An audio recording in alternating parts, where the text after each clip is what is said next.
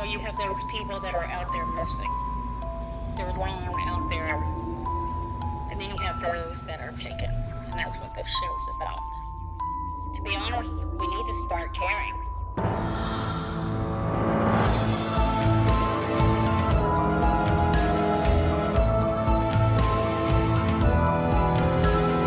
It's not about the money. It's not about the fame. It's not about who is who. Everybody matters out there.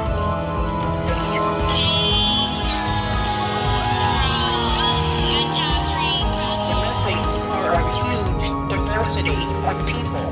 They're young, they're old, they're mothers, they're fathers, they're children. Welcome, my friends. Please push subscribe and like this moment so you don't forget. Also, hit that notification bell if you would like notifications whenever I have new uploads. So let's go ahead and get started. So we call this Talking News. I'm also chasing a murder, and I also go by Debbie. I want to remind you guys, do not forget to check out the older videos. Now, I'm covering this story just to bring some new viewers to it. This is an older story, and I believe I've not got much time to know who she is. Guys, just kind of researched her background. So Lauren Spierer. She was last seen June 3rd of 2011. And can you imagine not knowing where your child is for this long?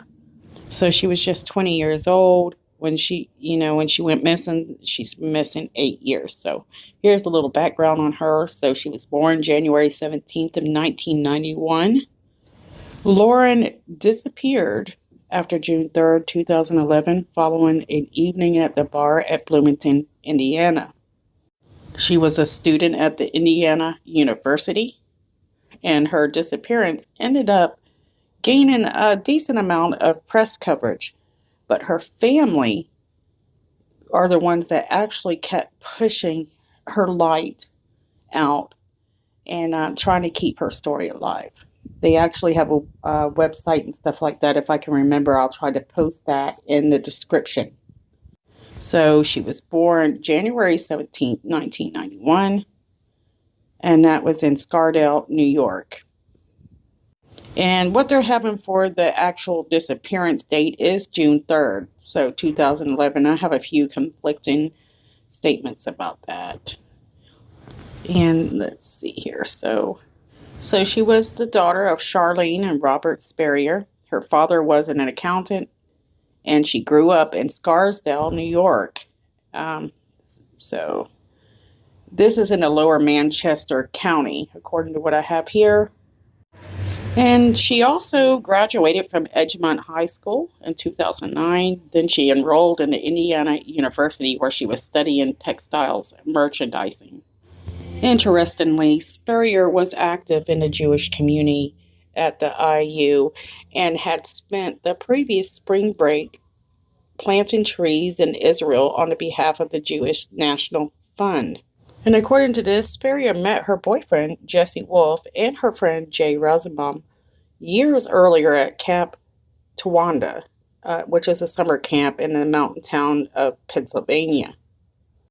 It was there that she also met various other future IU students who later become her circle of friends that they all enrolled there, I guess, 2009. Some time passed, and one night, Spierer was out drinking with several friends. And one of her friends, Wolf, stated that he did not go out with Spierer that night or her friends that evening. So he was texting back and forth with Spierer before he went to bed. So on the night that she disappeared, this is according to witnesses, Spierer was very, very intoxicated. And the Bloomington police used video surveillance footage and witness statements in order to create a history and a timeline of Spierer's whereabouts before she disappeared. So here we go. So some of these are statements from June 3rd of 2011. So at 12:30 a.m., witnesses report that Spierer left her apartment with a friend named David Ron. I hope I said that right. It's Rohn. The pair went to Jay Rosenbaum's apartment. and she met up with Corey Rosman, which is Rosenbaum's neighbor. At 1:46 a.m., Spierer is seen entering Kilroy's sports bar. And a few hours later, at approximately 12:27 a.m., Spierer is seen exiting that bar with Rosman. Lauren left her cell phone and shoes at the bar, and she was walking barefooted. So according to what police understood, is she took her shoes off in order to walk into the sand-covered patio. But continuing the story, when they exited the bar, Rosman walked with Spierer to her apartment complex. And at 2:30 a.m., Spierer is seen entering a Smallwood Plaza apartments where her residence is located. And passersby named Zach Oakes noticed that her level of intoxication was very concerned, and so he asked her if she was okay. So this story kind of reminds me of the Savannah Spurlock in a way, in a sense anyways. So at 2:48 a.m., she left the apartment. Spierer entered an alley that runs between College Avenue and Morton Street. Security cameras were mounted on the nearby apartments, actually show her exit the alley at 2:51 a.m. and walk toward an empty lot. Spurrier's keys and purse were found along the route through the alley. So Spierer and Rosman arrived at Rosman's apartment shortly afterwards. And according to police, Michael Beth, who was Rosman's roommate, was at the apartment at that time. So that he said that Rosman himself was very intoxicated and was stumbling. He vomited on the carpet on the way upstairs. Beth stated that he escorted Rosman to bed. And according to his testimony, he then tried to persuade Spierer to sleep over for her own safety. He claimed Spierer said she wanted to return to her own apartment. Strangely, at 3:30 a.m., Beth said that he then phoned a neighbor, Rosenbaum, wanting him to take care of Spierer.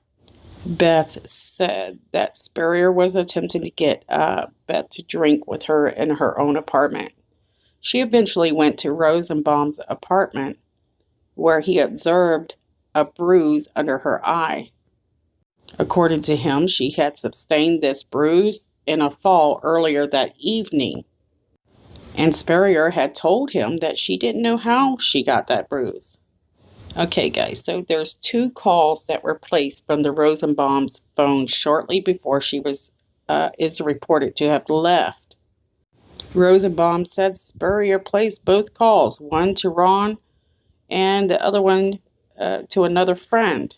Neither picked up, and yet also there was no message left. So it's at 4:30 a.m. that Rosenbaum reports that Spierer left the apartment. This is the last reporting sighting of her. He reported last seeing Spierer at the intersection of 11th Street and College Avenue, headed south on College. And what she was wearing when she was last seen was some black leggings, a white skirt, and she was still barefoot. So later, several hours later that morning, Wolf sent Spierer a text. He received a reply from an employee at a bar.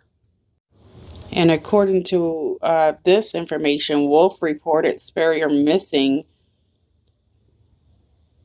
but we don't really have any much more details. So in August 2011, police conducted a 9-day search of a nearby landfill in Pimento. The landfill is where trash from Bloomington is hauled after the stop at a transfer station.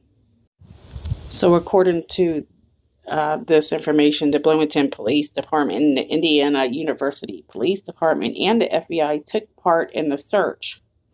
As of May 24th, 2013, investigators have received over 3,000 tips on Spierer's disappearance.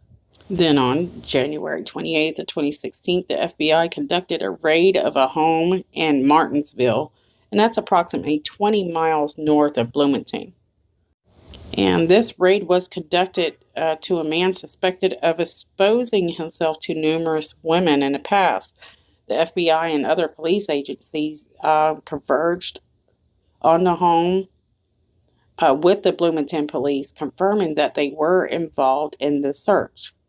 While they were searching the area, investigators sifted dirt removed from the barn near the property after cadaver dogs finished their work.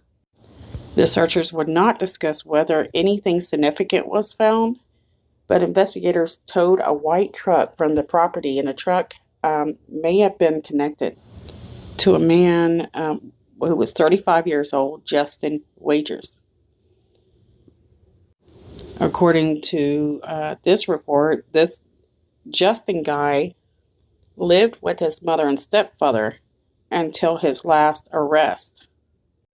Now, what they're saying is there's several theories as, what come out of this in reference to the story and what happened to Spierer.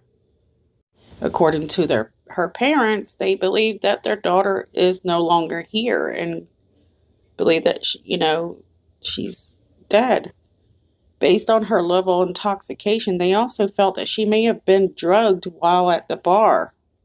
And they were quoted, "We felt somebody could have slipped something into her drink at the bar," said her father. The family has also voiced suspicions about the men she was with that evening, as well as Wolf, since they refused to take the police-issued polygraphs and retained lawyers soon after Spierer's disappearance, which absolutely does sound suspicious. So, and at the beginning of this, it just reminds me, like I said, of the Savannah Spurlock story. It has so many incidents and likeness to what Savannah Spurlock went through.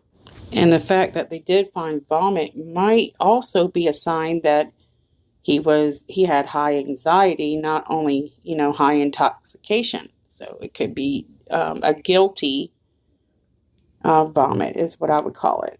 Now, they are saying that the parents aren't making specific allegations towards these guys, but it's only natural for them to suspect those were the last people to see her. They also believe that these men know a lot more than they have told police so far, and I have to say I totally agree based on what I know right now. Now, the men are claiming that they have taken a privately administered polygraphs, as well as one from the FBI, since they do not trust the Bloomington police, they said. And one interesting question to me is, why is it they don't trust the police? Now, to the thing, the comments on her intoxication, her friends and Wolf told police that she used drugs in addition to the alcohol on that night. And interestingly,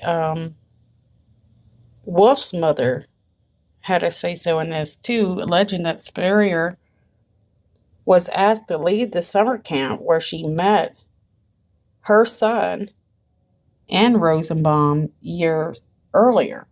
And she claims this is because of drug abuse. Rosenbaum told investigators that Spierer consumed alcohol, snorted cocaine, and crushed up Klonopin tablets that evening. So another issue was brought up with the fact that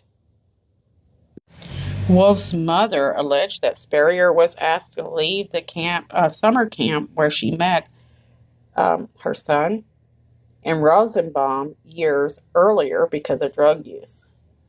She quoted that this little girl is no longer with us today because of her drug abuse, end quote. Rosenbaum told investigators that Spierer consumed alcohol, snorted cocaine, and crushed up Klonopin tablets that evening. They also mentioned that she had a rare heart condition, long QT syndrome, which added the danger to using this drug. So they're kind of trying to say that she just kind of went off and died somewhere. If that's the case, you would have seen something somewhere. The fact that these people are trying to place the blame somewhere is kind of another sign of being guilty of something. So, in fact, police did address the rumors that were implied Spierer may have overdosed, and those that were with her may have hidden the body to avoid criminal charges. And according to the police, they also acknowledged that they have not ruled out any possibilities, such as an abduction by a stranger. And according to the the PI that the family hired for this case, he actually kind of supports the fact that, so the family ended up hiring a PI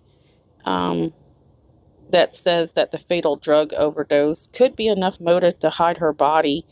And he cited the prevalence of the drug abuse on the IU campus. Every kid's buying pot, cocaine, drinking pills, end quote. He continues to say, I mean, it's all over the place, so that really can't be the motive behind it, end quote. Now, interestingly, on September 2nd of 2010, 9 months before her disappearance, Spierer was arrested on charges of a public intoxication and illegal consumption.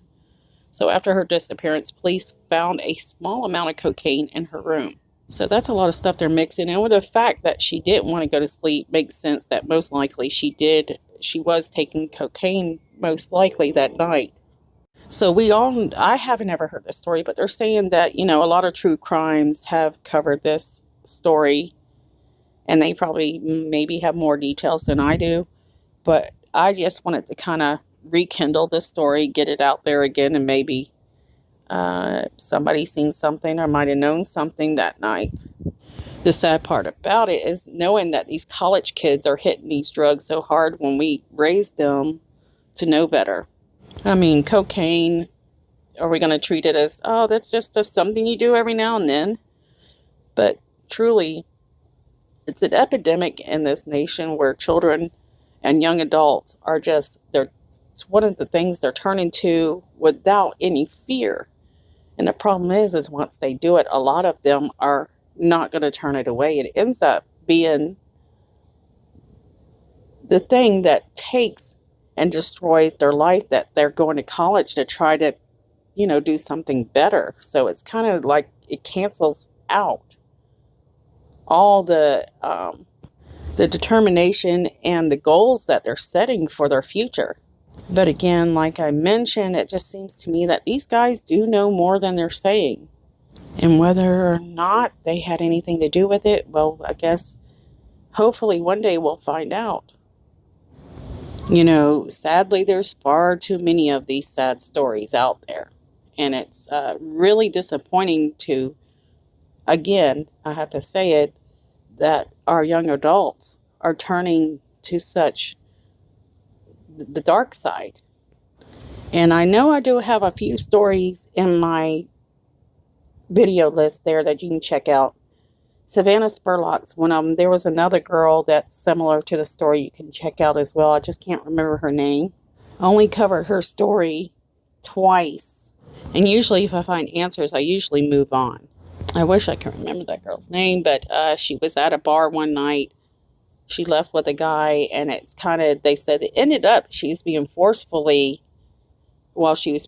to go with him. And they ended up finding her remains in his trunk. I can't remember, but I think it was a car. And then you have Savannah Spurlock, who was also at a college bar. And we know the outcome of that one, most of us that's on this channel. And if you don't, just go find my videos, find the Talking News playlist, and go through it. So, another sad story, guys. I'm trying to work on finding some news stories. I need to do some research, but with the holidays here, I'm not going to be able to put out what you guys are used to me putting out because it entails so much research. Even if I was to collect a news article, it's just never enough for me, so I end up doing research to add to it, and it's a lot of work. So I ask you to just be patient with me. And also, I want to say, God, we made it to 10,000 subscribers. Isn't that amazing? I didn't think we'd get that far, but we did. And I'm very excited about that, and I know you guys were. And hopefully I can improve this channel. You know what? I found some things I wanted to share with you guys, and it just seems like the parents, the first 3 years that their daughter went missing, they were searching so hard to try to find her and get somebody to come forward and give them some kind of clue as to where she could be. But when I went to that website I told you I would share with you, it kind of looked like it fell dead, including some of the articles. If you click on the link, are no longer there. So it kind of felt like a dead ghost town.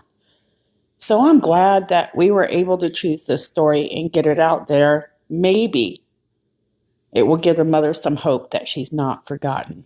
So I do have a few things I want to share with you. So they said that police took a DNA sample from Rosman and he denied any involvement early on. Quote, "I was not the last person with her, and that's all I can say. I'm sorry." And he told this to reporters in 2011. Then he continued, "But I just hope they find her as soon as possible, and I am praying for her and her family," end quote. So the article continues on to say that basically made the parents very angry. They said Rosman was the one friend who refused to talk to them or investigators. But get this, guys. He also claimed to have lost his memory after being slugged in Lauren's apartment building. So Rob Spierer said he doesn't buy it. And can you blame the guy? Quote, "I think it's a case of self-preservation. Understandable human condition. I am not sure of anything, but what I do know is that there has been a complete lack of cooperation. And he was the person who spent most of the time with Lauren the last hours of her being seen," end quote. And from what I can see right now, he definitely has every reason to be suspicious and that it might be him. So the article goes on to tell us that Rosman, who now lives in New York, declined repeated requests to talk on 2020. And when ABC News cameras caught up with him, he said reporters would be sued if they followed him through the building and the gated entrance. So either he's at the point to where he feels like he cannot prove to anybody that he is innocent, or he's completely guilty. And the fact that he was slugged in her apartment really raises the exclamation point and red flags. Now, as for the boyfriend, Wolf, no, according to what we know right now, witnesses did not report seeing Wolf out that night. In fact, he was at home watching the NBA Finals. And according to this article, those NBA Finals ended just before midnight. He went to bed around about 2:30 a.m., according to his roommate. Now, Wolf also didn't agree to be interviewed by camera with 2020. However, he has cooperated with police and continues to deny any involvement in Lauren's disappearance. So what do their friends say about Lauren's boyfriend? Well, they describe him as, quote, "the most loving boyfriend," end quote. He couldn't have harmed Lauren.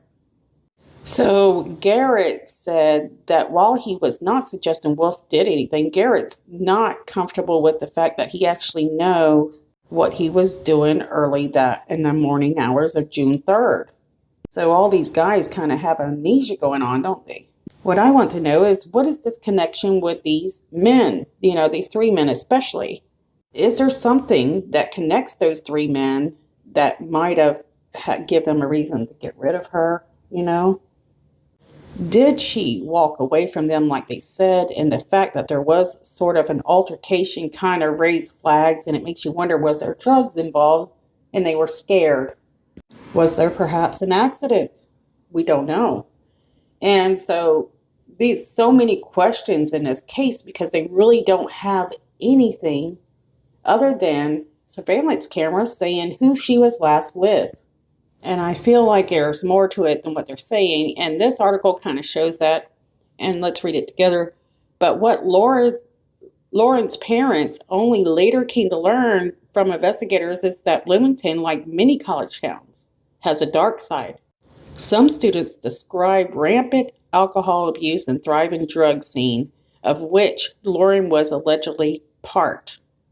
In fact, I'll mention it one more time, and it's not that we're downing her or anything, but it's something you need to know. The 20-year-old had been arrested for public intoxication 9 months before her disappearance. And after she disappeared, police found a small amount of cocaine in her room. So, maybe she took too many drugs.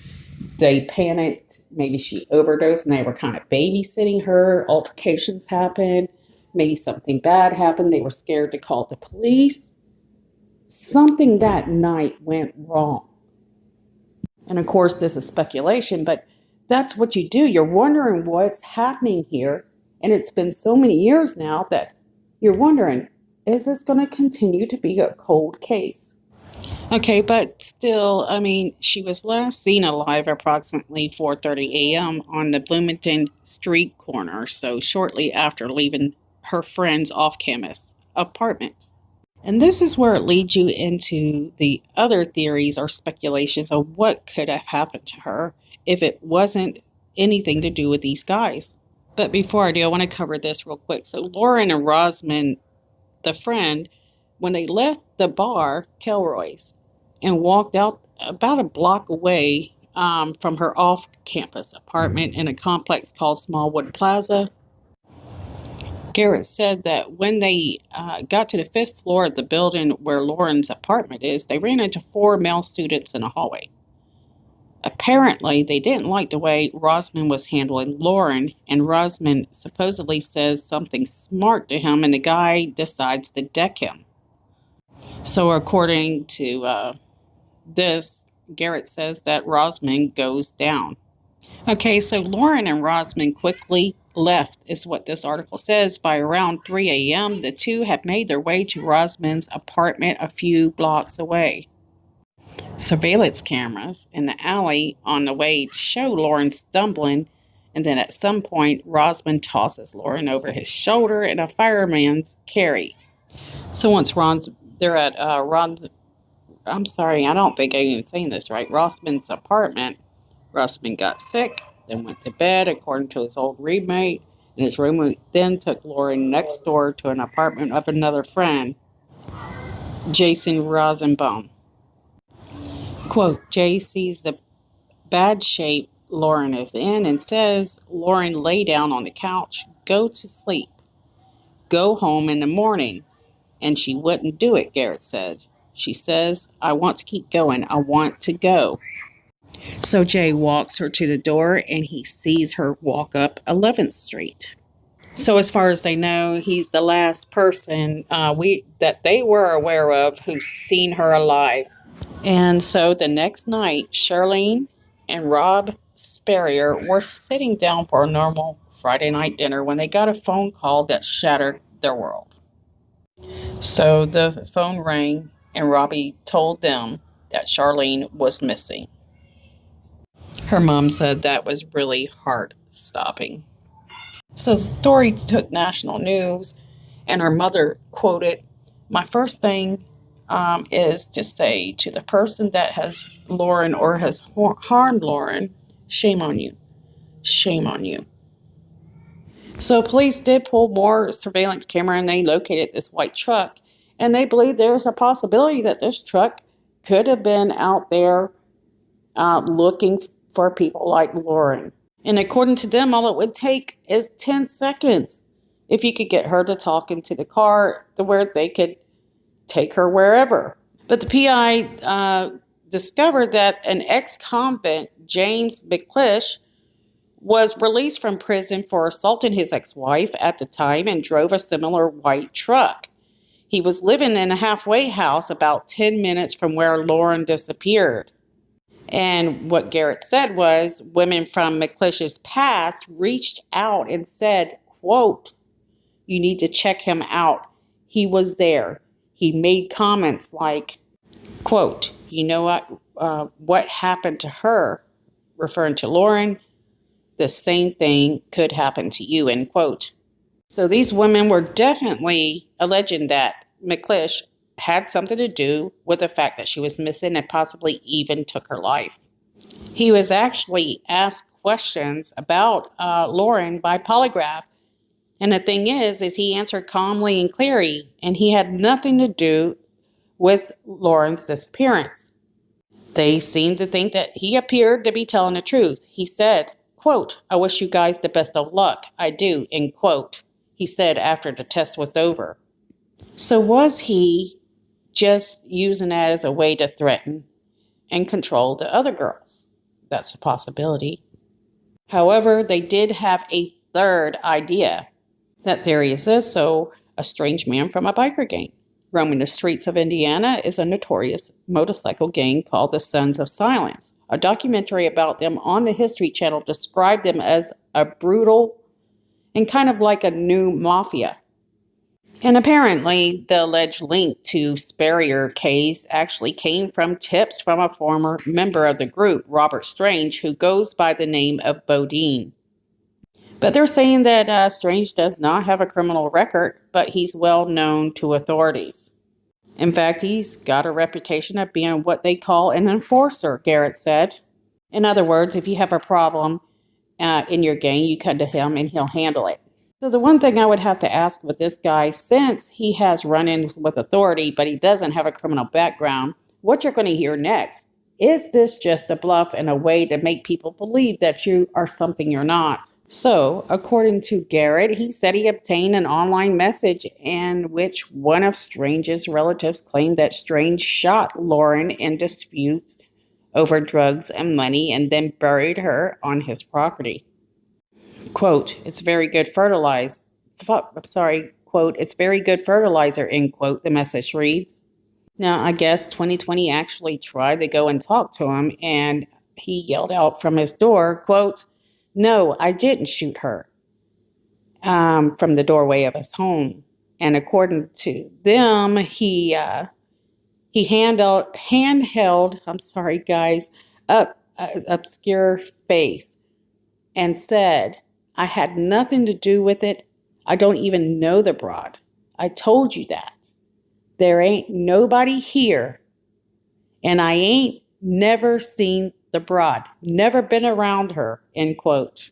So I believe that this guy most likely was just trying to act big and bad, but it almost got him in trouble, and that's probably the Russian law that he has on a daily basis. Now, guys, I just ran into this story today. I decided I was going to learn the most out of it I could, get this out there because I want to kind of renew it. Maybe some YouTubers out there or media get an idea, maybe pop her story out there once more. But that was speculation on my part. I do not know if he played a part in this, but it just seems to me, he just seems like a professional, BSer to me. I really do believe either it was some sort of accident or mishap within them boys. It's either drug money related, which I would think that they wouldn't wait until then. So was it a stranger? Was it somebody? We all know that Ted Bundy's and stuff like that, they cruise, even Samuel Little, they cruise the streets, they hang out in bars, and they wait for girls like her. I have really hit my max here, guys, so I'm going to have to upload this in lower quality. I'm going to have to close out right now. But I did want to get this out. I appreciate you guys watching. We hit 10,000 subscribers. Woohoo! Thanks, guys. We did it. And please don't forget to subscribe and like. And I see you guys soon. Love you so much. And I'm sending prayers to this family. Bye-bye.